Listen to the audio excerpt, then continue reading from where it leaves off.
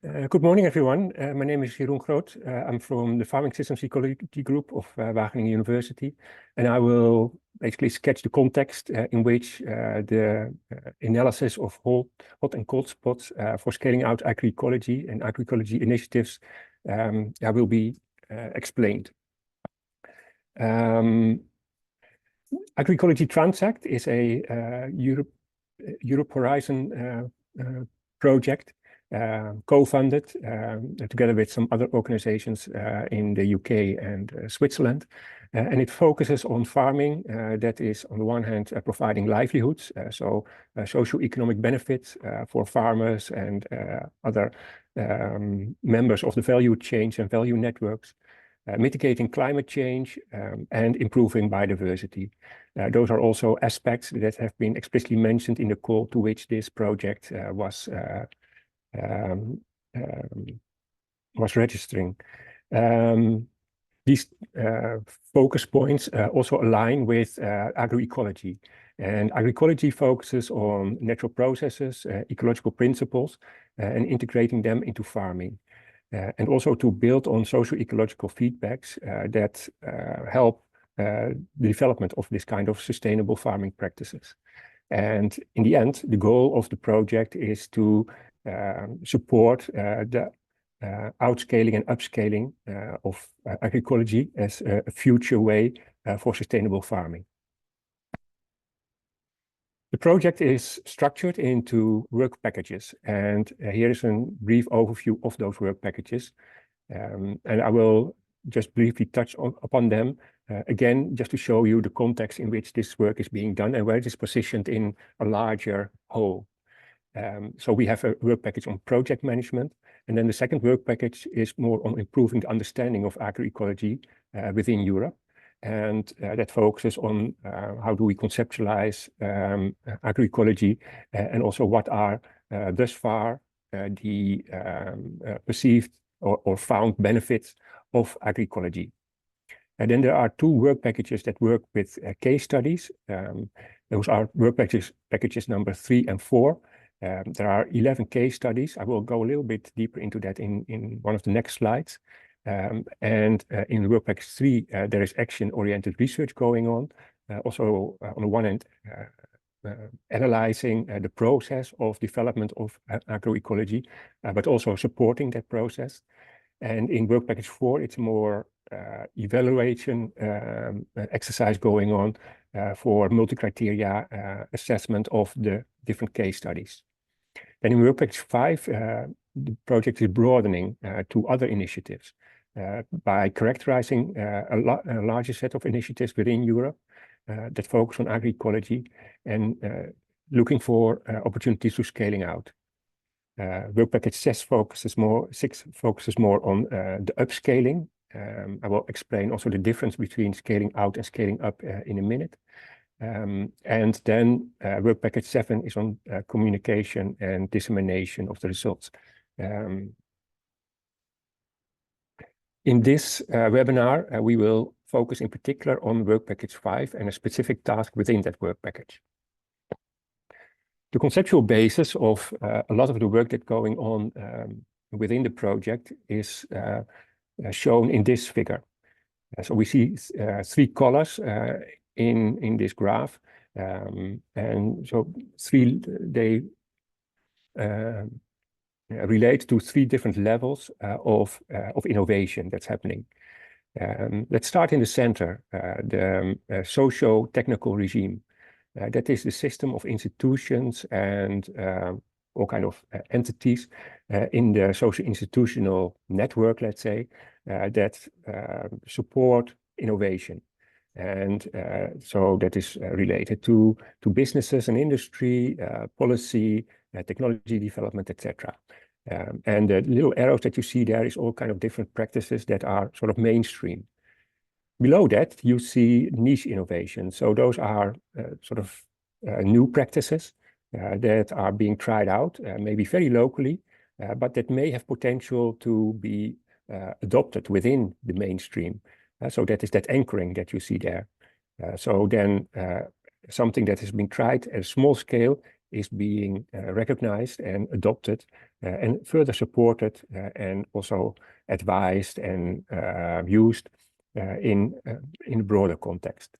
The upper layer is really the external drivers, the external processes that take place. You can then think on the bigger economy around farming and food systems, and all kind of changes that take place, for instance, in demography or in climate change or biodiversity change that happen at that larger scale. Now, the difference between scaling up and scaling out is that the outscaling is basically having innovations that are being tried out quite locally and sort of spreading them to other locations where they can also flourish, while the scaling up is more linking to institutional aspects and institutional processes that help also with the spread of these innovations, so that they are also again sort of supporting the scaling out and also becoming mainstream. Well, at a lower level, so where the niches are, you can imagine they are called niches. So they have particular conditions, both biophysical and socio-economic conditions that are suitable for these innovations. And actually within the webinar that we'll be having now, we'll be looking at how can we find then other places where there are similar niches where those innovations can be also used. Then about the case studies within the project. So we call them innovation hubs, and those innovation hubs are case studies and initiatives where already for a while people have been experimenting with agroecological practices and also the more the social institutional aspects that come with that. And those innovation hubs, they on the one hand help to learn and to really understand what's going on in agroecological systems. But also the project sees itself as a temporary travel companion that over the course of the 4 years of the project can also support the further development and analysis of these innovation hubs. On the left-hand side, on the right, on the left-hand side, on the bottom, you see 5 different types of innovations hubs that we have. So they are quite diverse. They range from arable systems to grassland-based animal production or livestock production systems, to also boxing schemes that are very, very localized with large numbers of farmers. And the yellow pins within the map on the right-hand side show where the innovation hubs are located. One of the innovation hubs is located in Guadeloupe. So besides the 11 case studies or innovation hubs, we also are making an inventory of other initiatives that are happening across Europe.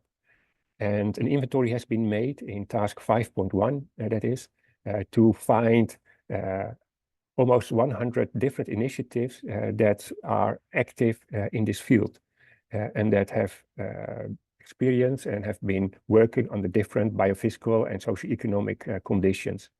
And the idea of task 5.2, and that's the task that we'll be focusing on this morning, is to find other suitable conditions and places where these initiatives or the practices that they use could be transferred to and could be spread to.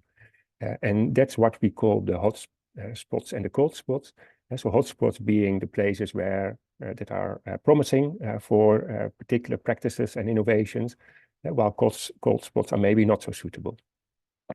The third task within this work package is looking at more an analysis of the behavioral aspects of adoption, looking into opportunities and barriers for that adoption. So this is the broader overview of the context in which this work has been conducted. I now introduce the speaker, the main speaker of this morning, that is Shima Sajadi Jajarm. And she's working as a postdoc in our group, Farming Systems Ecology of Wageningen University. She used to be head of the Department of Topographic Surveying Engineering in Koshan in Iran. She holds a PhD in GIS, Geographical Information Systems, and an MSc in Geoinformatics. So I would like to give the floor to Shima to explain the work that we have been conducting. Thank you, Jeroen. So please give me some time to share my screen with you all.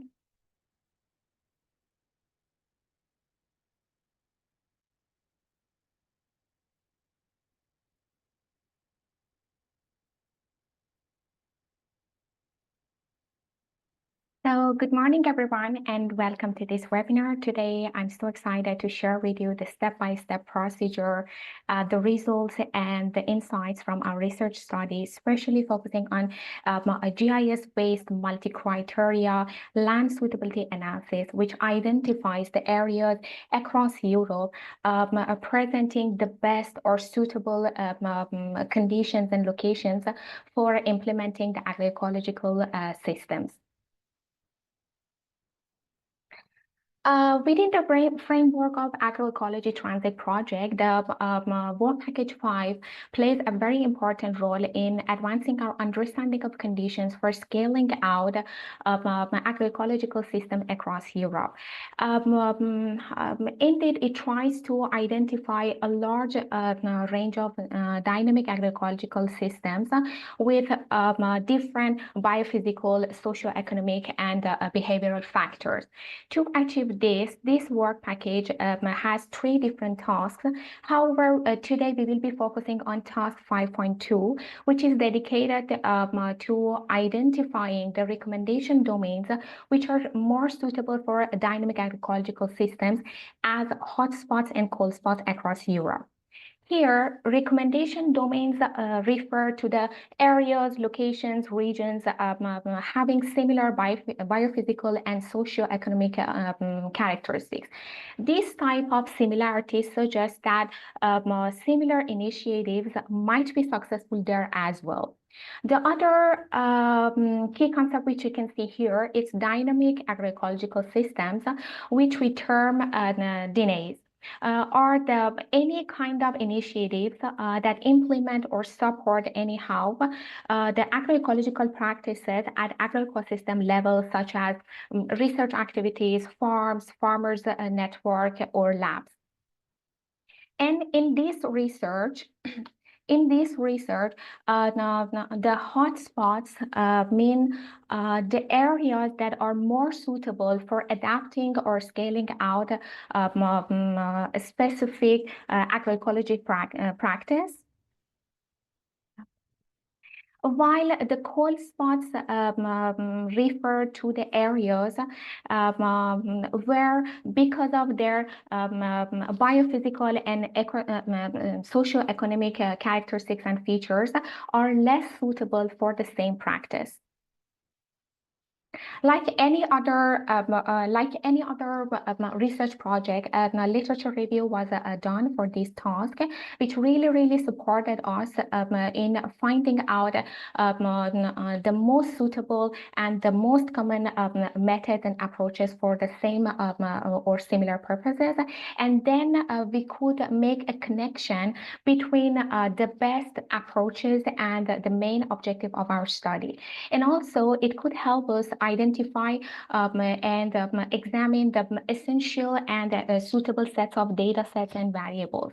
So overall, I can say literature review could help us to finalize and identify the most appropriate test analysis models, and then finally to develop a methodology and workflow for our task.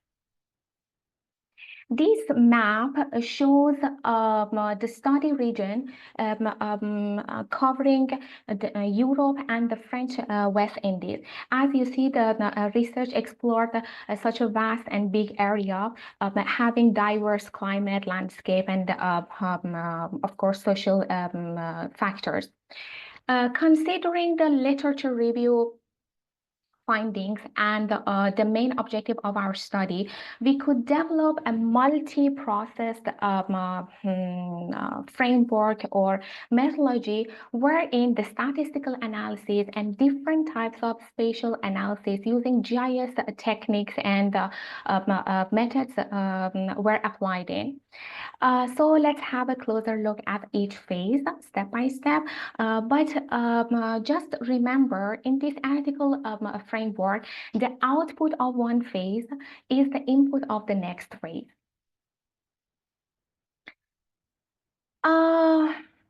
Phase one was about data collection and geoprocessing. According to this table, the data set which was required for this study were mainly categorized into three main categories, which are highlighted in yellow color, like auxiliary data set, biophysical data set, and socio-economic data set. And again, each of these main categories include some other additional data or some other subcategory. However, all these data were collected from different reliable sources, ensuring high accuracy and spatial resolution. Spatial resolution means the size of each pixel on a raster map or raster data, or the area, the ground area which is presented in a single pixel on a raster map. Pixel is the smallest unit or component of a raster data, and each pixel has a value, a number, which is called as digital number, and that digital number gives us information about that particular area which is reflected inside that pixel. And when I say raster data, raster map, or raster layer, three names for this one concept, these are a type of data in GIS which are built up with multiple pixels which are joined together. And as I said, pixel is just something like small squares. Going back to this table, might be you have noticed in some cases two different sources are mentioned for one set of data. If you see the administrative layer, the very first one, as a data source, Esri and OSM are mentioned. Why is it so? Actually, this layer means administrative layers were mainly sourced and taken from Esri database. But unfortunately, in this database, some part of the study area were missing, especially the French West Indies. So to address this gap, we have taken the missing portions, missing data from another database, which is OSM and stands for OpenStreetMap. But here is not the end, because the format of the data which we have taken from OSM was GeoJSON, which is not compatible with GIS applications. So pre-analysis or pre-processing was done just to convert GeoJSON into the shapefile format. And then these two data sets means the data set taken from Esri, which was already in shapefile, and the other one, the data set taken from OSM, which were converted to shapefile, were merged to generate a unified study area or study region in two different administrative levels. One was NOTS 0, which is the national level, means the boundary of each country, and the other one, NOTS 3, which is the smallest administrative level in Europe. And then finally, we reprojected the whole study region or the whole study area from a decimal degree coordinate system to a metric system called Europe-Lambert conformal conic projection.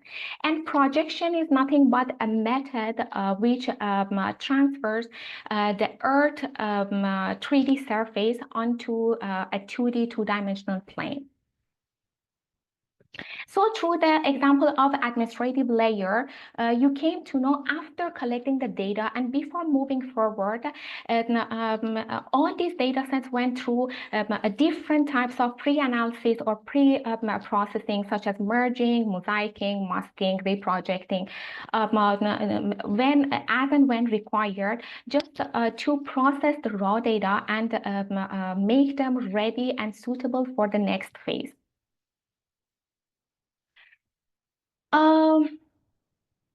Phase 2 was about statistical analysis, focusing on collinearity test. What is collinearity test? It's, as you know, it's a test which checks if two or more data sets are highly correlated, means that they provide very similar information. If high collinear data sets are there in your research, of course, all other analysis and modeling in your research will be very complex, and it disturbs the accuracy of your final model. So that's why we also implemented this test using R to just test the collinearity issue among 18 raster layers as input. These 18 layers means all the biophysical data plus the travel time to CD layer. And then as a result, we identified groups of data with high correlation. And so through this test and through this phase, we could finalize which data set should be kept and which one should be removed. So finally, the output of this phase was to keep only 12 raster data sets or raster map out of 18. In order to match the characteristics of different areas across the study area with the features and characteristics of a few DynAEs, first we needed to select and choose DynAEs and then to spot their location across our study area. So phase 3 is just about this. As you see, we have selected 5 different DynAEs located in 5 different countries: Denmark, France, Hungary, Poland, and Spain. And the location of each DynAE was in, or the latitude, longitude, the location was in a decimal degree coordinate system.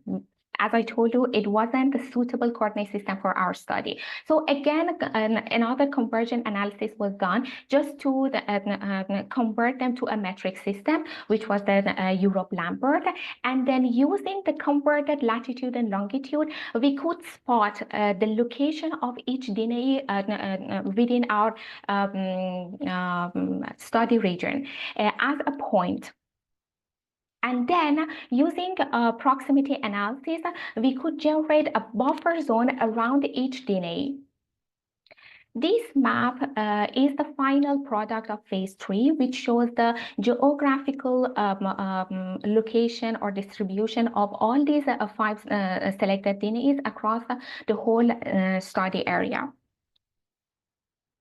And in phase 4, zonal analysis was done to extract the criteria linked to each DynAE. When I say criteria, it means the 12 non-collinear data sets, means the biophysical and the travel time condition in each DynAE. Actually, zonal statistic calculates the, zonal analysis calculates the statistics based on the pixel values of each raster layer within a defined buffer zone for each DynAE. For example, suppose you want to extract the annual precipitation data for the DynAE which is located in Denmark.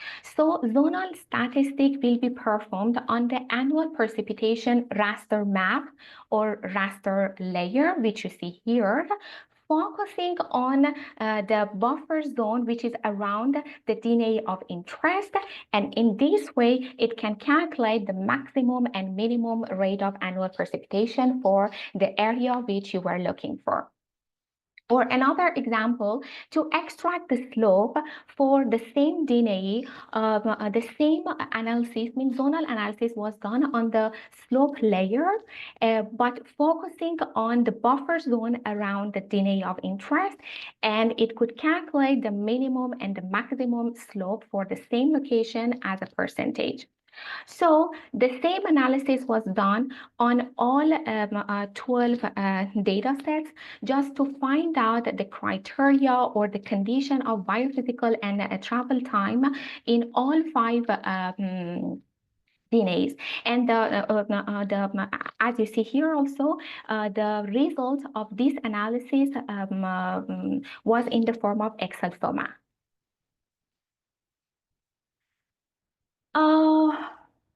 Phase 5. Prior to the main analysis of our study, we have done a resampling analysis on, again, the same 12 raster layers, just to make sure that all these raster layers have same extent, spatial resolution, and same projection. Extent means the overall area covered by a set of data. To do this, the resampling procedure was done using resample function within Terra package in R. And then phase 6, the most beautiful and interesting part of our study. This phase involves site suitability analysis. Let's see how this analysis works. In general, suitability modeling pinpoints the suitable locations or best locations for a specific activity based on a set of criteria. In our study, set of criteria means those 12 criteria for each DynAE, which we have already extracted. And then specific activity means each of those 5 DynAEs. And then suitable or best locations means the hotspot across the whole region. This diagram shows the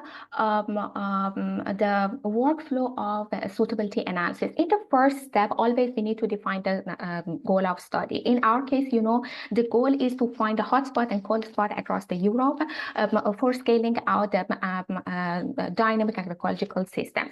And the second step is to prepare the base criteria. It means, in our study, it means to prepare all the 12 raster layers of biophysical as well as the travel time over our whole study region. And then the third is to derive the data, means the criteria for each DynAE, which is done in the previous phase. And then in fourth step, we need to transfer the value of data into a suitability scale, which is much better than the original value of each data. And then finally, we need to set a weight and combine all these data sets together just to generate the suitability model for our purpose. But among all these steps, transform step is very, very important. Let's see why and how it's done in our study. As you saw through our study, we were dealing with multiple layers of data like elevation, slope, temperature, precipitation, and some other data related to soil, like soil pH, soil texture. And each of these data layers have values in different units. For example, the elevation is in meters, slope as a percentage, precipitation in millimeter, and so on. So that's why it's really important to have the transformation step in our analysis, because it helps standardize the different types of data into a common scale, and also it facilitates to combine the different types of data in a meaningful way, and in this way, no single factor can dominate easily due to its original data unit or data range. But let's have a pause. There are different types of transformation methods. How to know which one is best for our purpose? Actually, the suitability histogram and a transformation plot are the very essential tools which can help us select the most appropriate transformation. The suitability histogram shows how the suitability values are distributed in final suitability map, and the plot shows how the input values, the original values, are converted to a suitability scale.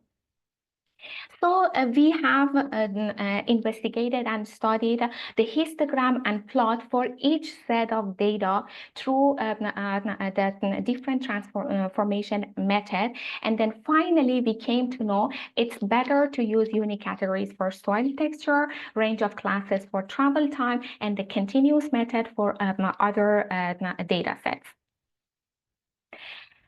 So through this phase, means a site suitability analysis, we could generate a suitability model as per each DynAE criteria. So as a final result of this analysis, we got such a map, which is in raster map. And as you see, the whole study region is divided into 3 classes, which are shown into 3 different colors. The high suitability portions or areas shown by green color means they are hotspots of our study area, and the other one is moderately suitable, which is shown in yellow color, and the last one, which is in red color and shows the unsuitable areas or region, which are called as cold spots. So this map is related to the suitability model or map, which is created based on the criteria of DynAE located in Denmark. As you see, the north part of Europe and mostly west side of Europe are lying down in highly suitable, and then south of Europe, especially Portugal, Spain, Italy, they are located in moderately or unsuitable classes, which are not very suitable. And the other parts means the French West Indies, as you see, they are colored in red, which are absolutely unfit or unsuitable as per this criteria. The next two also shows the suitability model based on the France, as you see, the location of the DynAE in France. Here also, mostly the west side of Europe is suitable, highly suitable for this type of initiatives. But unfortunately, again, we see here the Spain, Portugal, sorry, and some parts in Italy. Some parts in Italy are not suitable. Sorry.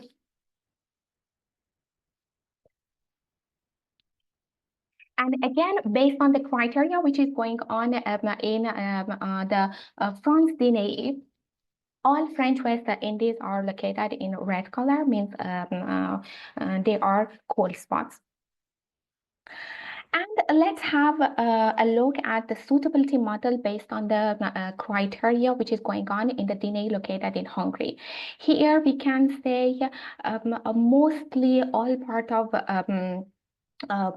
Europe is lying down in highly suitable class, except again Spain, Portugal, and some part which you can see over Italy here, it's lying down in unsuitable class. These two also show the same model or map, means suitability map based on the criteria which is going on in Spain DynAE. Here, very little portions of the Europe or the whole study area are classified in highly suitable because of the dissimilarity in their biophysical and travel time conditions. And most of the Europe is lying down in moderately or unfit or unsuitable class. And finally, you see the map related to the criteria based on the DynAE, which is in Poland, and only the neighboring countries are lying down in highly suitable classes, and mostly the south of Europe and the southeast are located in moderately suitable or unsuitable. In the same phase, means phase 6, an additional step was taken to mask out the critical area from the generated suitability model. When I say critical area, means the area which are not suitable in general for any agricultural and farming activities. To do this, we use the land use land cover raster map or raster layer as input to generate a layer which I called it as mask data layer. So after investigating the land use land cover raster map, we came to know 21 classes are falling in a critical area for agriculture and farming activities. Classes like urban area, water bodies, river, industrial areas, or protected forests, such classes. And then using spatial analysis, some other type of spatial analysis, we could generate the mask data layer, which you see here, some map like this. Each and every pixel on this map has a value of either 1 or 0. If a pixel has the value of 1, it means that area is not suitable for agriculture and farming activities. Means it's falling in critical area. And if the pixel has the value of 0, it means that area is suitable for agriculture and farming activities. And then we have used the same mask data map and all other suitability map generated in the previous phase to just mask out the critical area, means the portions which are highlighted in gray from each suitability model using set null analysis. And here you can see the very final suitability models or map for each, for the entire study area based on each DynAE criteria. The concept is still same. As you see, the whole study area is classified into 3 main classes. Green, highly suitable, means hotspot. Yellow, moderately suitable. And then a red one means unsuitable or hotspots. Just one thing is added here, or it's better to say another color you can see here, and that is the gray area, which shows the critical areas over the study region. So the same thing is going on for each suitability map based on each DynAE criteria. Again, I'm emphasizing nothing is changed in the main concept of the map, except we have eliminated those pixels, those areas from the whole study region, which is absolutely critical area for any farming or agricultural activities. So this graph shows the coverage area of land suitability classes. We can use this graph to evaluate the whole study area based on a single DynAE individually. For example, based on the DynAE located in Denmark, the very first column from left, as you see, the whole study, the 45% of whole study region stands in highly suitable, 34% in moderately suitable, and 20% in unsuitable. So in this way, immediately and quickly we can come to know what percentage of the whole study area is suitable or unsuitable based on a particular DynAE. And also we can use the same graph to visually compare and get some insights about the degree of suitability over the study area based on different types of DynAE. For example, considering the DynAE located in Hungary, the whole study area has the most highly suitable class, means 47%, while considering the DynAE located in Spain, it has the least, means 11%, only lying down in highly suitable.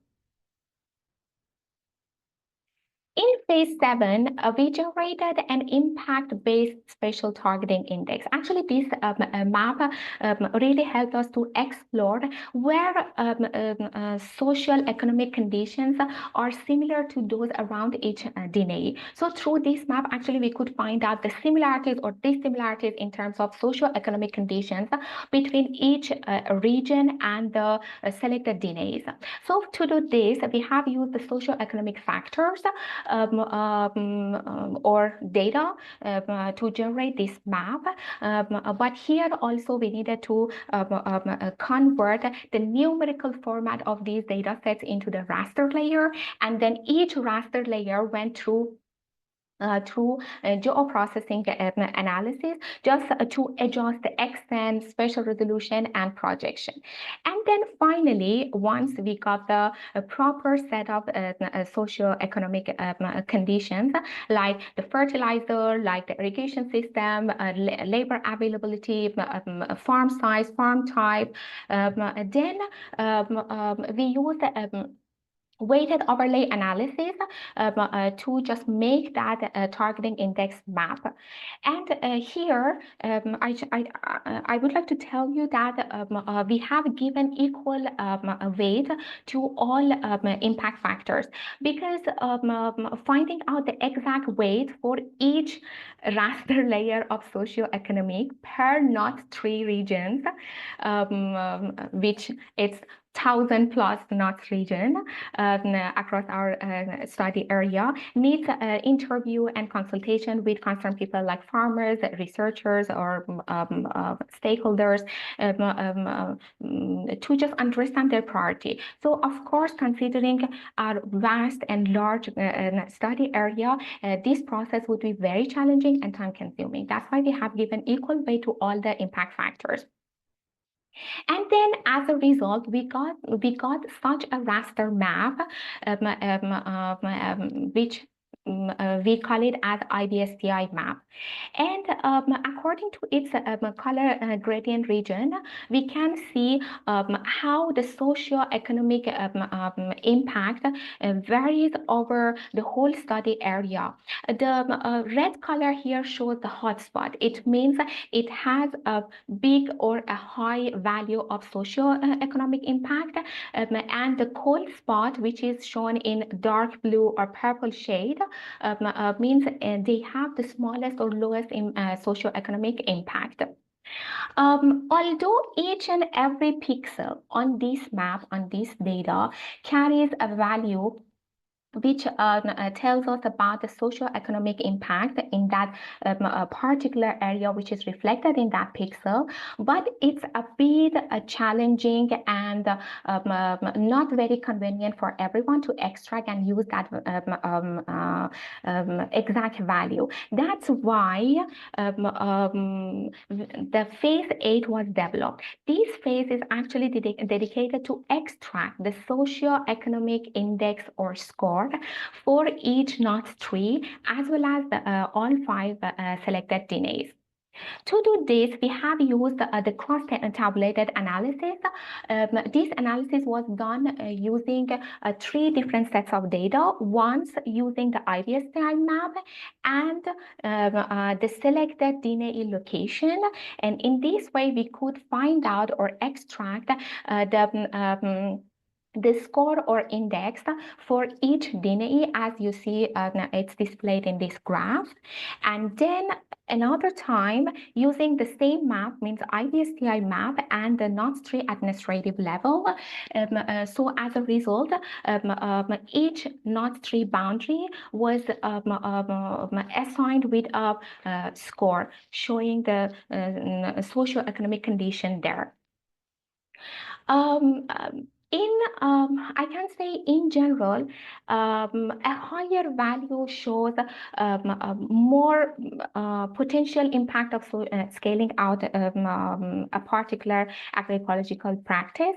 However, we can use these scores just to compare them and find out the similarities and dissimilarities in terms of socioeconomic conditions in a particular NOTS3 region and a specific DynAE. For example, if you see this score is calculated 335 for the DynAE which is located in Denmark, the first column on the left side on the graph. So this value shows 335 for the DynAE located in Denmark. Now, those NOTS3 regions or areas having a value closer to this amount, means 335, show a high similarities in terms of socioeconomic conditions. While if there is a very big difference, and the number is much lesser than 335.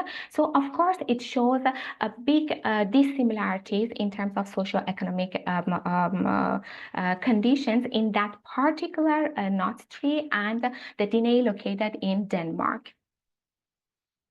Now, as a summary, let's see how GIS, which stands for Geospatial Information System, played an important role in our study.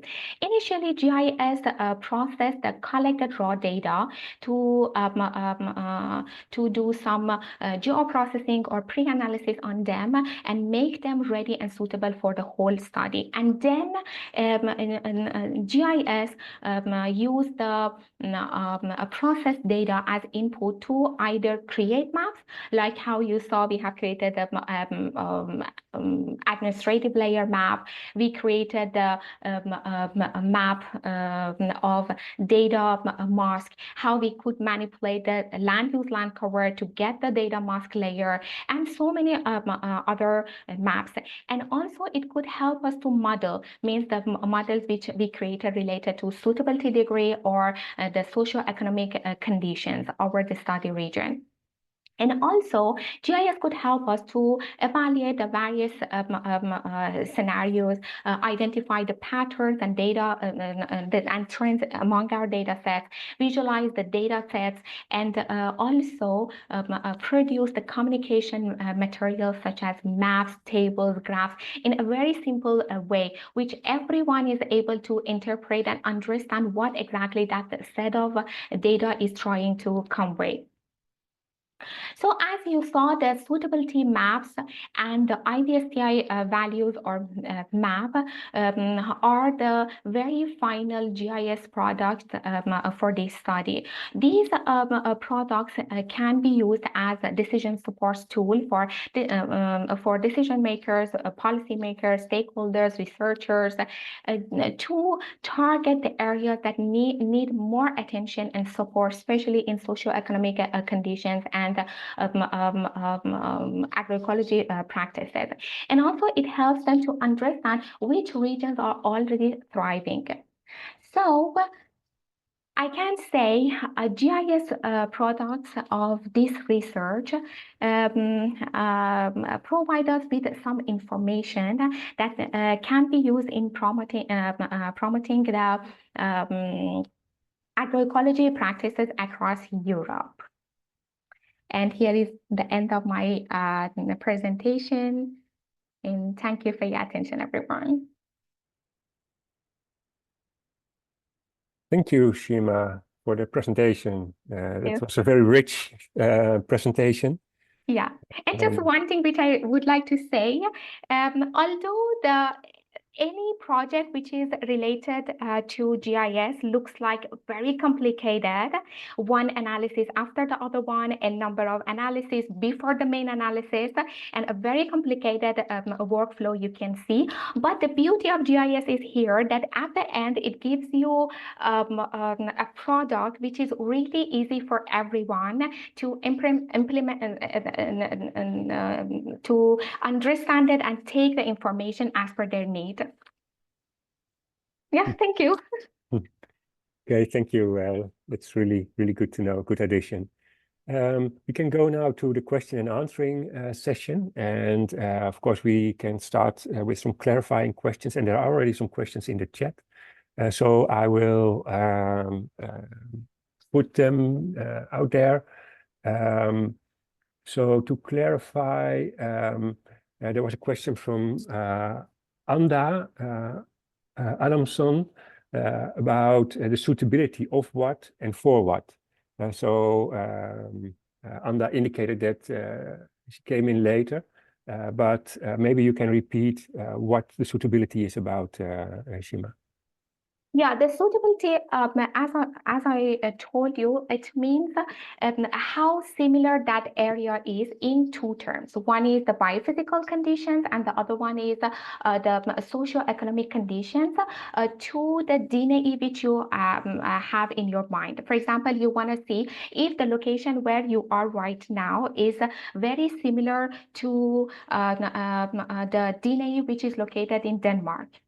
Okay, so if it's very similar in terms of socioeconomic as well as the biophysical conditions, it means that your location is a hotspot according to what is going on in DynAE in Denmark.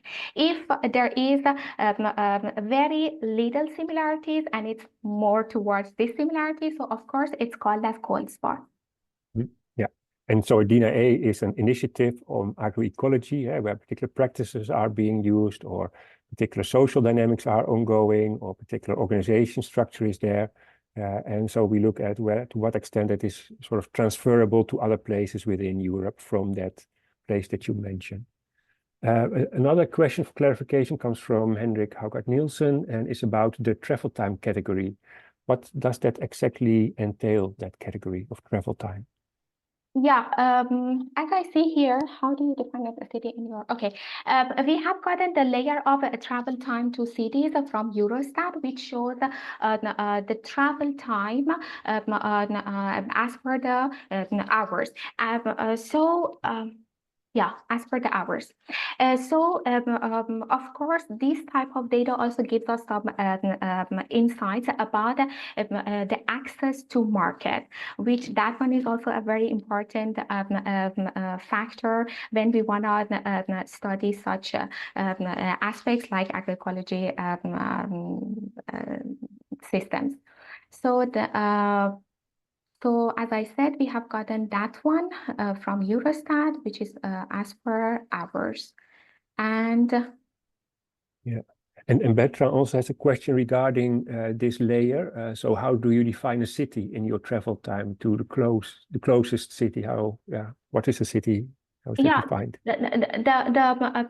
In each knot tree, there are some, of course, cities or villages.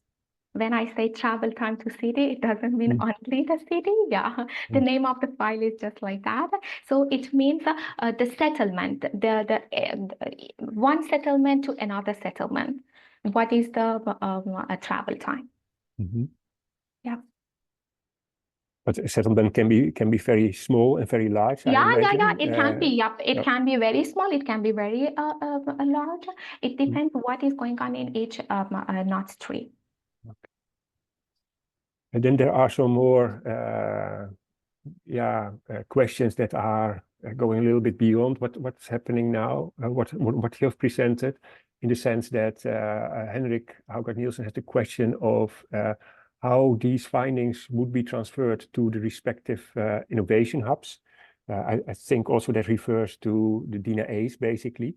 So how do you, did you sort of contact and discuss this with any other innovation hubs or so, or with the respective innovation you hubs? you mean how we can communicate the results with other people like stakeholders, farmers? Yeah, you mean that?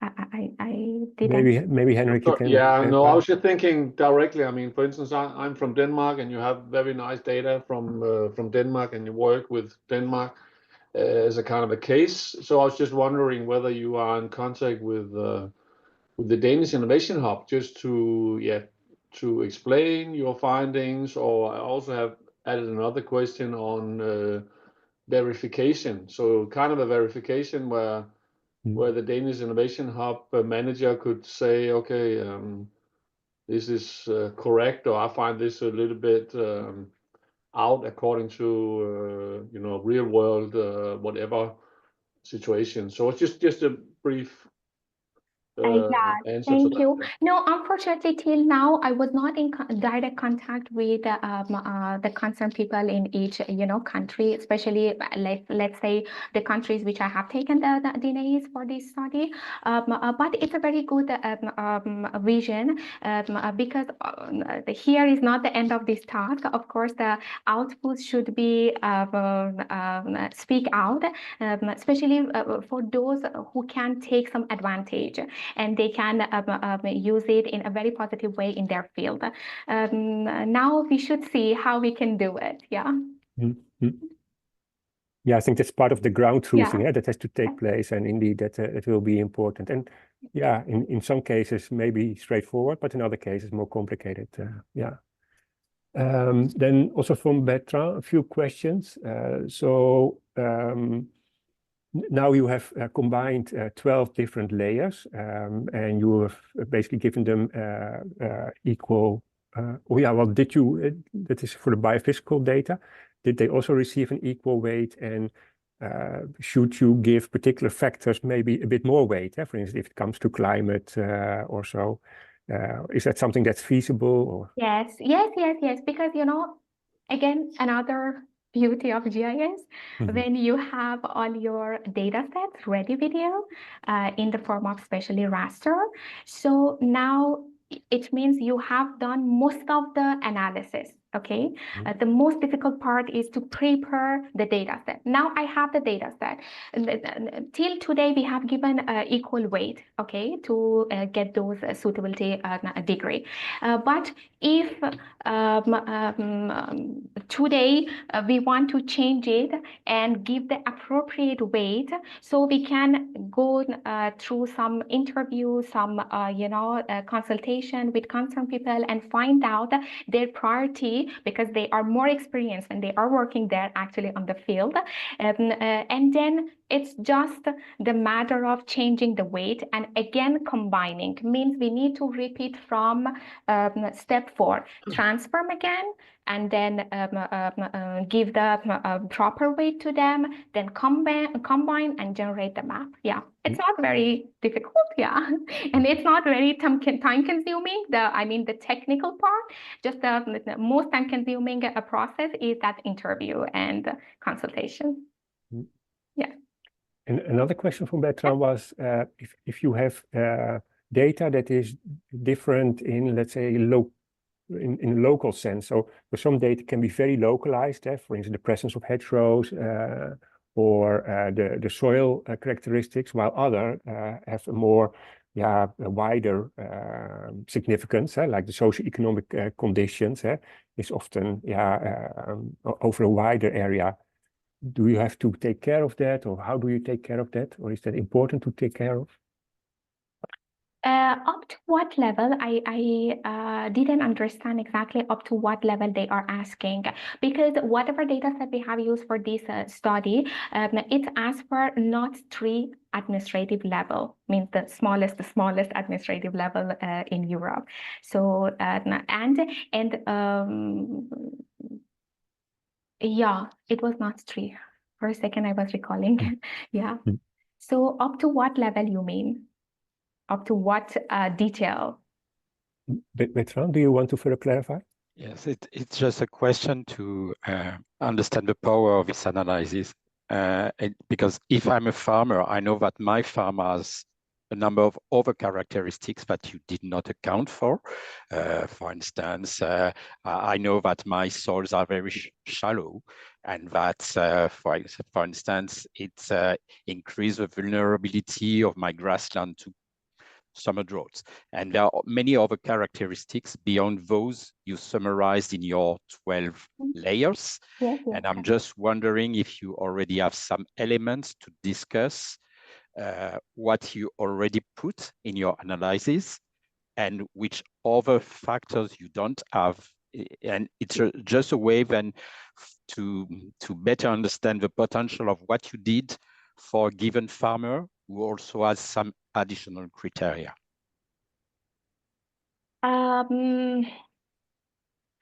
Additional criteria, I don't think so. We need some other criteria.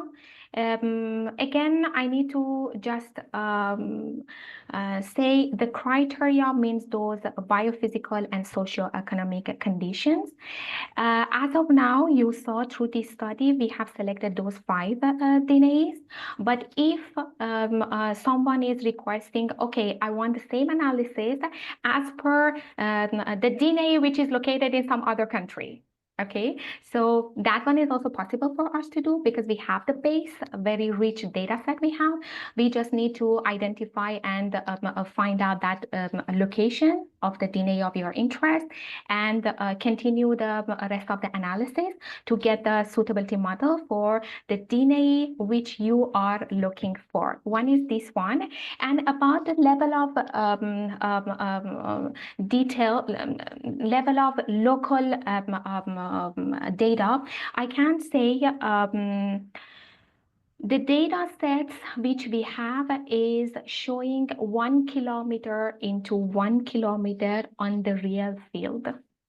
So it's that detailed. Yeah. Yeah. And so it's a matter of resolution, really, yeah? Because of course, within that 1 square kilometer, there may be multiple farms that still have very different conditions, dependent on very local gradients, let's say. So yeah, maybe should we, those suitability scores, should we maybe interpret them as a sort of probability, not so much as a sort of very absolute value, but rather probability that it is suitable, more or less than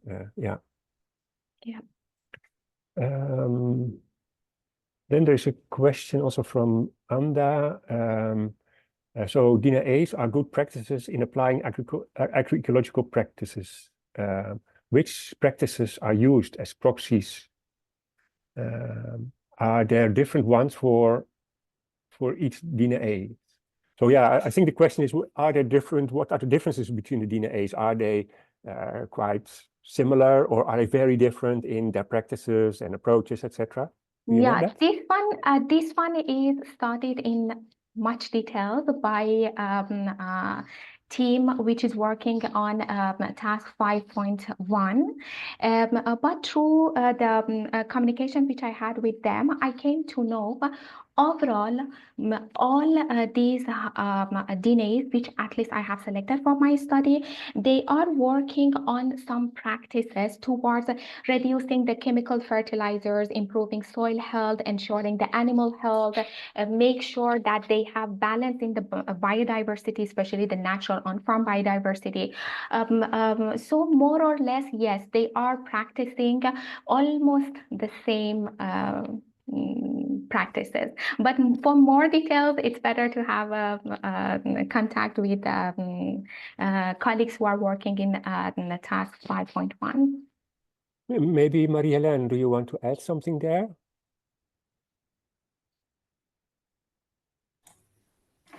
Hello, I'm sorry because I missed a part of the webinar, but could you please repeat the question? Yeah, basically the question is how different are the DynAEs? Are they very different in their practices and approaches, or do they share a lot of similarities across the 89 that you have? Yes, okay. So we can say we really covered a wide diversity of possible agroecological initiatives. So in terms of practices, we don't really have the details because they just had the opportunity to tell us, okay, we are applying that kind of principle or that kind of principle, but we don't have details about what they are really different in terms of their initiatives, also on the scope of their initiatives, because some of them are farms, but we also have DynAEs which are not farmers or networks of farmers. So yes, I think Shima is right. Maybe if you reach out to me, I can give you more details, and we will also have very soon the deliverable that will be out with more details about the profiles of these DynAEs and about their diversity. I hope this answers the question. Yeah, thanks, Marielle, for this extra explanation. Really useful. There's a question from Stephen about also the locality of context and suitability. But maybe, Stephen, can you sort of explain a little bit your question? Yeah, I guess it's a bit more of a theoretical question. Just the proposition that a place could be unsuitable for agroecology seems to me like a bit of a paradox, as it's based on the application of a set of principles that are then translated into a local context. So for me, I would see the hot and cold zones as something to do with more social dynamics or institutional dynamics, political dynamics that support the application of those principles or not. So I wonder a bit, to just challenge a bit the premise of unsuitability. If you could maybe reflect on that. Do you want to do that, or I can also try to answer if you Yeah, if you please go ahead. Okay.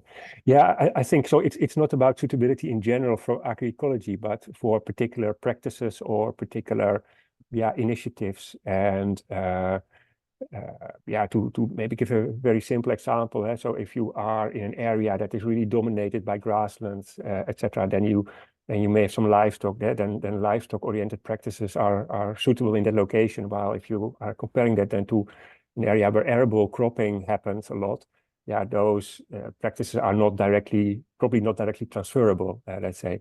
So that is what the suitability is about. But it is not a general statement on, well, whether it is suitable for an agroecological approach in general. Does that clarify? Yeah, that's more clear. Thanks. Okay, thanks. And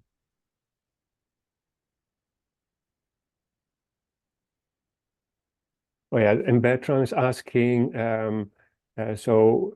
if there is a plan to expand, I think this analysis to more innovation hubs and DynAEs. You have now 5 examples, but will you apply it in more cases? Yeah, I have already answered this question. So I said yes. Till now, we have just concentrated on those 5 DynAEs. But if the whole project feels the necessity of extending the analysis to some other DynAEs, yes, we are open to that. Okay, thank you. Are there other questions from the audience? Thank you very much for everyone and to our presenters again. And I hope you have a nice Thursday afternoon. Thank you very much. Have a great day. Thanks for participating. Bye-bye. Thank you, everyone. Bye.